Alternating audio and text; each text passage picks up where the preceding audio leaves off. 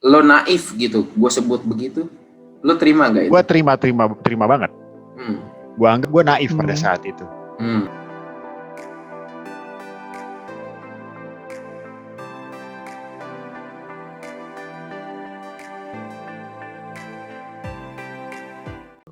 Ketika kayak gue bilang, gue mau memberontak, gue nggak mau dianggap bapak gue punya jabatan gitu loh. Nggak mau dilihat dari figur bapak gue, bahwa ya gue mau ini sendiri. Akhirnya jadi pemberontakan konyol menurut gue kalau gue pikir sekarang. Masa sih konyol? Menurut gue konyol. Oh gitu. Karena misalnya gini, gue akhirnya lebih milih main dengan anak-anak ya jalanan, anak pang dan sebagainya, pakai. Gue lebih suka ketika orang nggak tahu bahwa latar belakang gue gitu.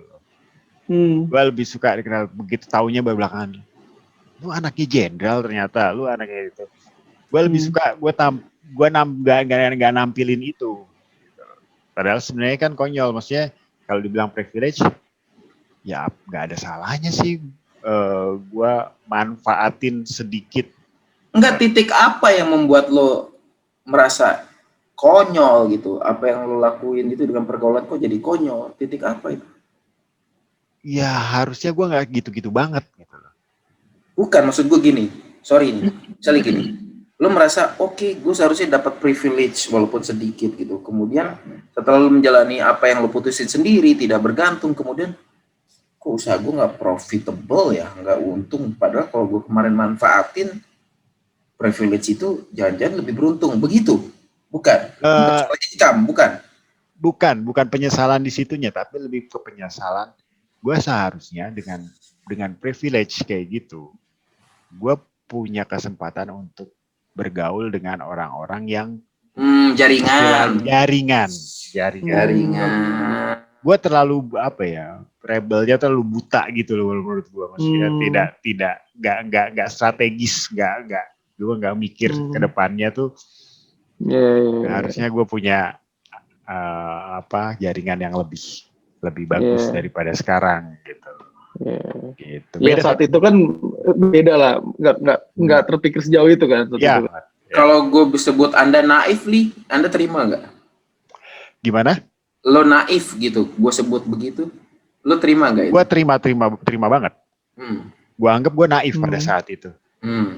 Gue anggap gini lah, misalnya bokap gue memang demokratis banget, maksudnya terserah laki-laki lu punya konsekuensi atas pilihan-pilihan.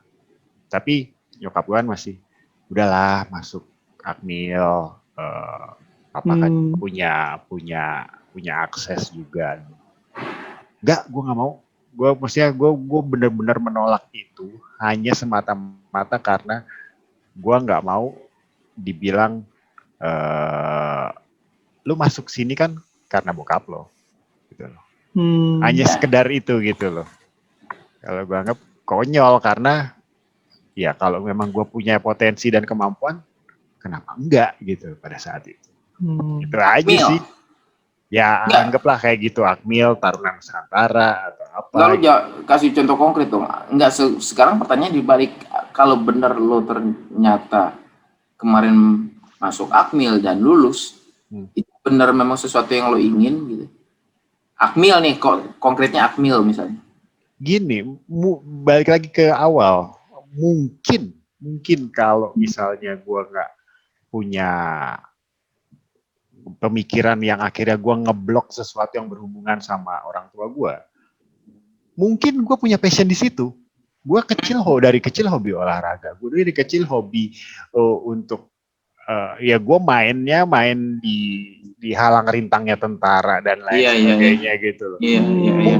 Mungkin gue punya passion di situ, tapi gue udah ngeblok duluan gitu loh. Yes. Kan konyol jadinya kalau gue pikir-pikir.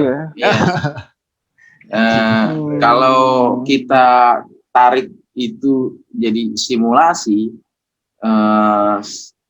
karir profesional Ali sekarang, Ali jalanin Akmil lulus, maka Anda udah selevel sama teman saya tuh yang melatih 1 atau melatih 2 sekarang. Iya, mungkin.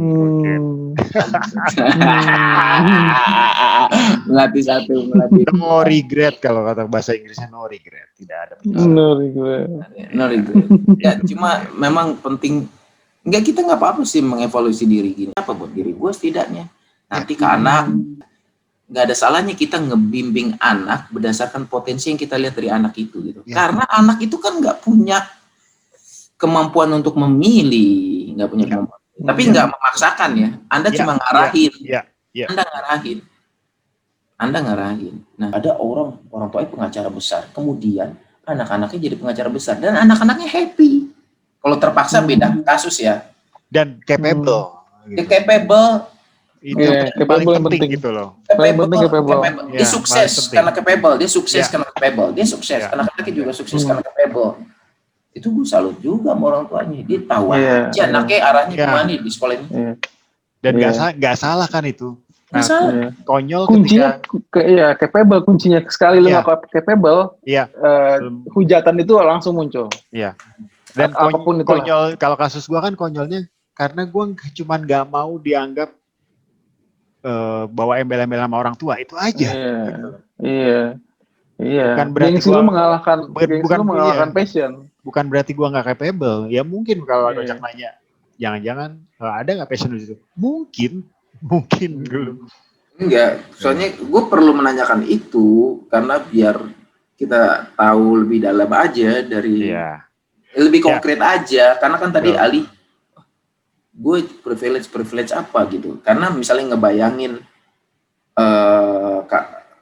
bapaknya Ali mewariskan perusahaan orang, bapaknya bukan pengusaha, tidak tahu siskan Nagaton, itu gue tanya, emang Ali mau jadi kan? Bang, sampai sekecil ini sih Jack. Ya memang bokap gue juga secara tidak langsung mengajarkan untuk tidak pernah bergantung, menjual namanya gitu loh. Yes. Dianggap ketika gue ketangkep polisi misalnya, ya bokap gue nelpon bokap gue kan bilang, kamu udah 17 tahun kan, kamu itu kesalahan kamu sendiri kan, ya kamu belajar lah urusin, intinya kayak gitu. Ketika teman gue ketangkap polisi minta tolong gue, jangankan lu, gue aja nggak ditolongin gitu loh. Iya. Cuman ya dan gue nggak pernah dapet apa ya pujian. Sekali gue pernah dipuji waktu gue nggak lulus TA. Bukan nggak lulusnya ya. Waktu nggak lulus TA dan tahu permasalahannya tentang dosen itu, bokap gue cuma ngomong gini, Papa perlu nelpon rektor nggak? Loh, buat apa? Ya enggak, itu kan masalahnya juga ada faktor di luar akademis. Enggak perlu. Oh ya sudah. Dan gue lulus. Itu mungkin sekali dalam seumur hidup gue dipuji sama bokap gue di depan orang. Nih Eka udah lulus. Dia nggak minta bantuan bapaknya loh waktu dia gagal TA. Ya. Itu rasanya gue, baru kali ini gue dipuji sama bokap gue. Ya itu yang di sesi obrolan kita yang lalu udah dibahas ya, karena memang ada beberapa tipikal orang tua kan, ada yang secara terbuka mengungkapkan apresiasi. Ya kita memang mungkin dibesarkan di lingkungan yang nggak seterbuka itu ya. Gitu. Iya. Betul. Cuma kalau sekarang kita lebih apresiatif ke anak, ke keturunan, ya bagus itu, bagus. Ya. Bagus juga kan, misalnya kalau di gambar anak kita kayak apa? Bagus Kak. Iya. Ngopek-ngopek tembok aja dibilang bagus. Bagus. Kan gini Dil. Kan lo lagi masa kecil, lo punya memori tertentu dari orang tua lo Dil. Nah, cuma memori itu kadang muncul begitu lo udah jadi orang tua justru. Iya. Dulu bapak gua begini ngomong ke gua gitu-gitu. Ya karena anak lu melakukan hal yang lu lakukan dulu. Mungkin iya. Sama dia melakukan. Iya, wah dulu gua begini nih. Kadang-kadang kita baru bisa memahami, oh ini yang dimaksud bokap gue dengan ngomong kayak gitu dulu gitu loh. Kadang kita baru bisa memahaminya sekarang gitu loh, atau ya buat evaluasi juga bahwa oh itu bokap gue kayak gitu, harusnya gue seperti ini. Ya balik ke kitanya lagi untuk mau menangkapnya sebagai apa. Tapi bokap sekarang sehat, Li? Sehat. Masih di Lemhanas gak? Udah enggak? Masih. Berarti di Jakarta masih? Jakarta. Oh, masih di Cijantung? Masih. Sama nyokap ya masih? Masih. Gue merasa dulu kalau gue diajak ke rumah lo itu, gue merasa bahwa adik lo itu akan meneruskan. Memang militer itu kan bukan sesuatu yang diturunkan, tapi kan ada banyak juga contoh kasus, misalnya bapaknya perwira tinggi, kemudian anaknya juga sukses meniti karir di bidang yang sama. Gue merasa dulu adik lo nih, karena lo juga sering cerita sama kita, adik gue tuh itu aja umur segitu aja tulangnya udah pada kelihatan gede-gede, lo bilang gitu kan. Pikir adik lo, iya dari 3 itu adik lo. Ternyata begitu gue ngobrol sama adik gue, mereka punya mindset yang sama gue. Ya nggak tahu itu apakah bentuk dari ya mungkin kan kalau bisa kompak gitu berarti ada apa peristiwa psikologis. Iya, yang message yang dikasih dari orang tua gue apa ya, bagaimana gitu loh, yang secara tidak langsung. Gitu. Bisa ini ya. Bisa mungkin orang tua lo dulu nggak sedemikian terbukanya bilang gini, ini Eka, kamu di Akmil mau kan? Gitu. Papa yakin kamu bisa. Gitu. Coba itu bagus buat masa depan kamu gitu. Papa ngeliat potensi kamu. Dan Papa bisa bantu gitu. Tentu aja sesuai ketentuan gitu. Gimana? Tidak pernah ada pembicaraan. Kalau ada omongan kayak gitu, mungkin benar, tapi nggak ada gitu. Aldi, kamu mau nerusin usaha ekspor impor? Apa berpengalaman di ekspor? Enggak, gue nanya ini Dil, ada nggak pernah omongan kayak gitu Dil? Ada pernah omongan kayak gitu nggak Dil? Enggak sih, secara spesifik enggak. Cuman gue pernah dulu ikut bokap gue kerja, jadi ngelihat cara bokap gue mengatur nego sama orang gitu. Tapi waktu itu nggak tahu ya, gue diajak dalam cuman buat nemenin atau apa gitu. Tapi nggak secara spesifik langsung sih nggak. Bebas-bebas aja bokap gue. Adek lo juga nggak ada yang nerusin jadi usaha itu? Nggak ada sih, nggak ada. Adek gue bawa gue PNS. Adek lo jadi PNS? Iya, bawa gue PNS. Bawanya Rekin, Rekayasa Industri. Oh ya. Paling terakhir swasta. Iya, demokratis lah, nggak ada yang nerusin gitu. Nggak ada. Yeah. Dulu ada adek gue yang mau dimasukin ke ABRI lah, cuman dia kena kecelakaan, jari kakinya itu ada yang ada yang cacat gitu kan. Itu kan ya bukan cacat, jadi kayak dia kehantam batu gitu Kak. Pasti jari kakinya jadi cacat aja, kayak jarinya sih cuman secuil, tapi langsung kelihatan beda lah kalau dilihat gitu. Nah itu kan udah nggak bisa aja, jadi akhirnya putus. Enggak, mau dimasukin ABRI memang ada fasilitas apa kok orang kan tadi lu bilang pengusaha? Bukan, maksudnya mungkin dari potongan. Bukan, maksud gue ada lah gitu. Kan kalau kita konteksnya privilege gini, misalnya bapaknya Eka dia perwira, itu privilege, atau bapaknya teman kita pengusaha dan nerusin usaha. Enggak. Kalau privilege malah gua mungkin pernah dapat bokap gua itu punya teman kampung lah ya, kepala PU di mana gitu. Awal-awal gua lagi lulus terus nyari kerja, gua pernah diajak main ke kantornya. Nih, teman bokap di sana gitu kan, kepala PU. Nah, ya tentu gua udah tahu lah maksudnya arah kemana kan. Cuman waktu itu kenapa ya? Gua belum terpikir untuk jadi PNS apa gimana gitu. Padahal udah dijamin tuh bro. Iya, udah orang teman bokap gua langsung, gua udah masuk ke ruangan dia ngobrol bla bla bla bla bla. Terus ya udah nanti apa gitu. Cuman gua masih mikir-mikir, aduh, gua kok nggak kepengen ya. Maksudnya waktu itu gua lagi apply juga tuh di GGS tuh. Gue nungguin dulu deh, kalau ini nggak dapet baru deh. Gue jadi inget Dil ngomong PU. Gue pernah ditawarin Masih di Jakarta sama bokap gue. Kementerian bro ya. Kementerian. Ya kan? Nah itu. Terus ya, kenapa nggak lu ini? Ya balik lagi ke konyolan lagi, maksudnya gue nggak mau sesuatu yang dianggap yang tersedia gampang lu nggak mau ya? Dibawa sama bokap gue gitu, maksudnya privilege bokap gue. Jadi benar-benar privilege tuh pada saat umur segitu gue tuh kayak sesuatu yang gue anti banget gitu loh. Yang dalam kotak gue cuma pembuktian. Aduh. Ya. Bokap lu sendiri pernah heran nggak sama lu? Nggak.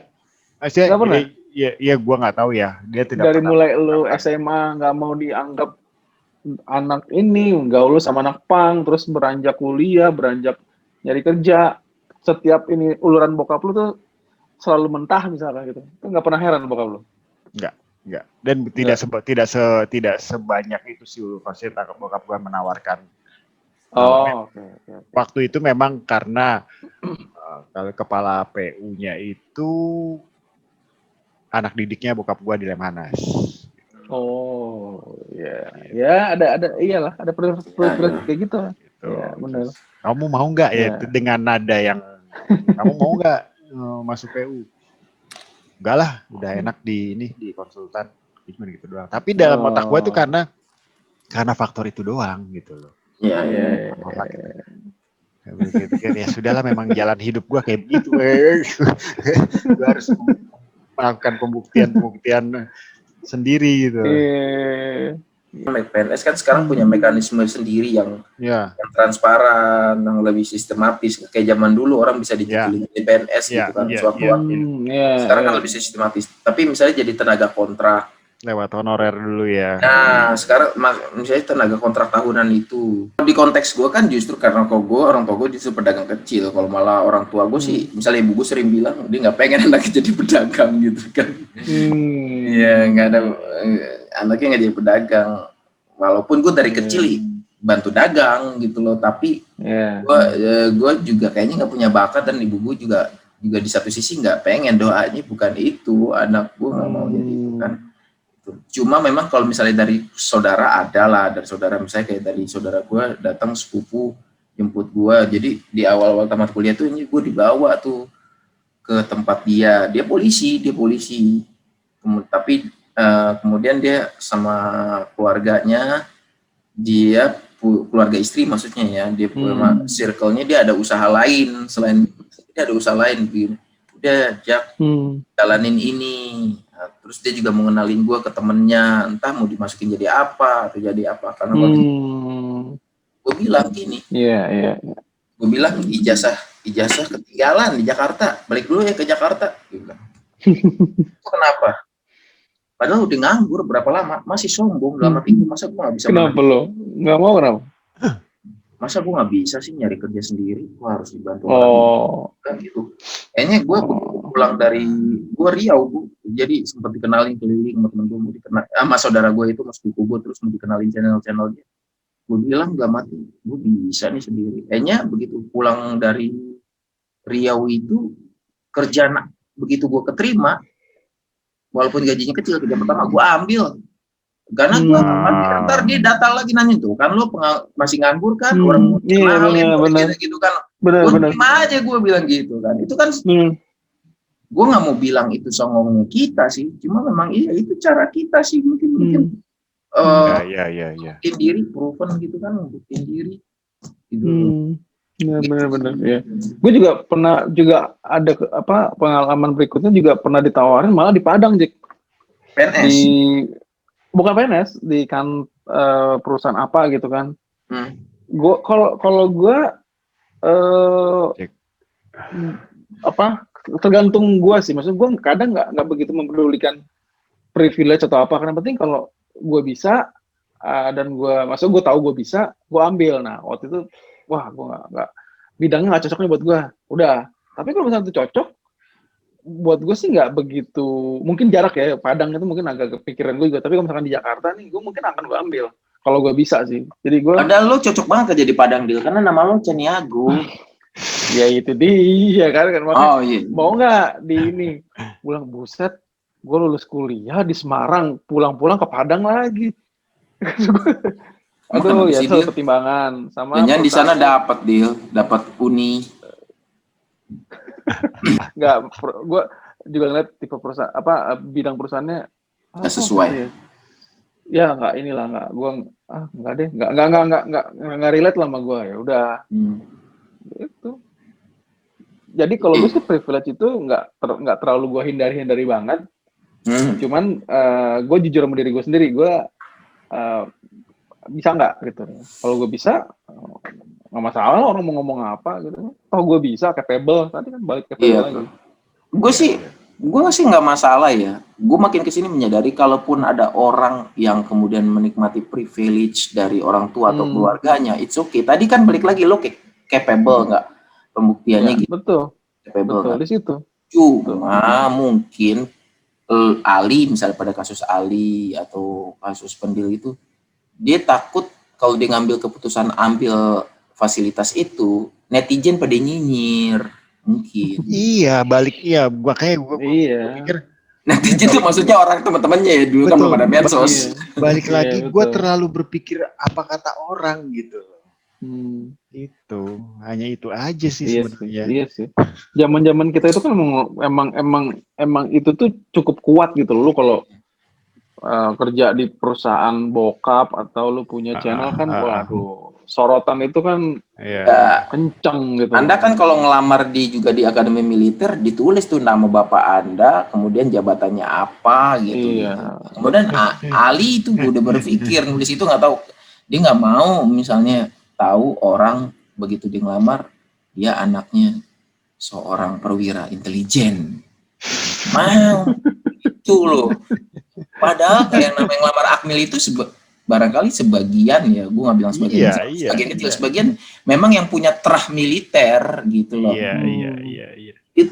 Tapi ada juga gue cerita, ya ini mungkin dipaksakan gitu loh sama orang tuanya. Waktu itu memang terobsesi anaknya menjadi militer. Iya. Itu 2 tahun keluar dan berakhir di rumah sakit jiwa. Gitu. Ada itu kasus ekstrim kayak gitu, ada. Mereka memang ya balik lagi capable apa enggak secara mentality atau secara skill gitu. Iya benar. Iya, ya kunci sih capable lah. Nepotisme itu nggak salah selama lu capable gitu loh. Iya itu ekstrim, tapi kan ada juga banyak kasus anaknya survive dan kemudian jadi juga gitu loh. Iya. Walaupun mungkin ya kita berasumsi di sebagian orang itu mungkin dalam hatinya, aduh apa iya nih jalan gue gitu. Tapi begitu ternyata dia jadi, dia mampu, yang tadi Ali bilang. Iya. Gitu. Dan ditambah juga si pemberi privilege ini, misalkan si pemilik perusahaan, dia tentu lebih percaya ke anaknya dong. Iya dong. Ya kan, dia lebih baik gue mentraining anak gue, masukin perusahaan gue tapi training. Itu tuh beda konteks, Dil. Kalau itu kan soal meneruskan dinasti usaha, jadi nggak, maksudnya si orang yang dapat privilege ini memang karena bokapnya sudah berniat seperti itu, mungkin gitu. Jadi dia nggak perlu mencari lagi orang di luar gitu. Misalkan gitu. Bukan, jadi, Ali bikin usaha bertahun-tahun. Di suatu saat nanti usahanya, perusahaannya Manasarch itu. Dan kemudian dia bilang ke anaknya nih yang sekarang anak pertamanya, cowok kan, papa capek nih udah bikin usaha sekian puluh tahun usahanya. Jadi ya kamu yang terusin ya. Emang ini buat kamu. Papa udah capek nih, buat kamu aja nih. Sekarang ditrain sama Ali, di training anaknya. Kan nggak salah juga, memang usaha dia, kemudian ditujukan ke anaknya, it's okay juga. Gitu. Iya. Tapi pandang bapak nggak salah. Balik lagi ke orang tuanya, membaca potensi anaknya, jangan sampai kayak kasus yang ekstrim bahwa dia tidak mampu membaca potensi anaknya terus akhirnya di rumah sakit jiwa gitu. Iya sih. Gitu. Tapi kan nggak ada salahnya juga. Nggak ada salahnya, betul. Maksud gue nggak ada salahnya orang tua membuka komunikasi itu ke anaknya. Iya. Ada proses analisa nih soal potensi anaknya juga, tapi dia buka komunikasi itu ke anaknya. peluang itu dia ungkapkan secara terbuka ke anaknya gitu loh. Kan nggak ada kasih pilihan lah, pilihan bukannya paksaan lah. Gitu. Iya bisa aja tapi kalau misalnya nggak dikomunikasikan gitu kan. Benar juga sih gue kadang. Cuma kan kalau kita mungkin takut salahnya gini, misleadingnya misalnya baca itu sebagai nepotisme murni gitu loh, nepotisme. Anaknya capable gitu, kan mungkin aja kan. Apalagi kalau sifatnya bisnis. Kalau bisnis masa sah aja sih menurut gue keluarga. Bisnis mah perusahaan udah banyak banget contohnya aja, banyak banget dari mulai konglomerat papan atas ya, lu anak-anaknya semua megang lini perusahaan bapaknya kan. Iya udah sampai kalaupun tidak sampai yang konglomerat udah banyak contohnya dan memang itu udah wajar, tapi yang akhirnya membawa kehancuran terhadap perusahaannya pun juga ada gitu. Ada gitu loh. Jadi lebih balik lagi ke kapabilitasnya. Orang tua harus pinter-pinter nilai juga sebenarnya. Iya, betul. Jangan maksain anaknya lah kalau nggak bisa sih. Iya. Terus anak lo potensinya apa li kira-kira kalau dia ngebaca? Lo harus mulai baca lo li, karena tadi lo bilang gue nggak cukup dikomunikasikan, maka sekarang Anda harus jadi orang tua komunikator yang bagus. Anak lo potensinya apa gue sekarang? Nah itu jadi PR gue tuh kayaknya. Dari pembicaraan ini itu jadi PR gue untuk lebih bisa membaca potensi anak gue. Ya, ada manfaat juga kita ngobrol bertiga ternyata. Luar biasa loh. Gini ya. Tapi dia mainannya yang dia suka apa? Enggak. Kan kelihatan dari situ. Kalau gue sih udah baca bahwa anak gue yang paling besar tuh otaknya otak mekanis banget gitu. Robotik. Otak mekanikal banget. Jadi ya bayangin lu dia masuk PAUD, dia ngejelasin cara kerja mesin uap ke kepala sekolahnya, sampai kepala sekolahnya bengong. Baru kali ini loh saya dijelasin mesin uap, kerja mesin uap sama anak umur segini. Nah, mainannya dia seperti itu. Kemarin dia minta beliin musik box yang dirakit sendiri dan sebagainya gitu. Iya. Lebih ke sana. Berarti dia. Gue cuma ngelihat masih konsisten nggak dia, konsistensinya dia kayak apa gitu. Iya.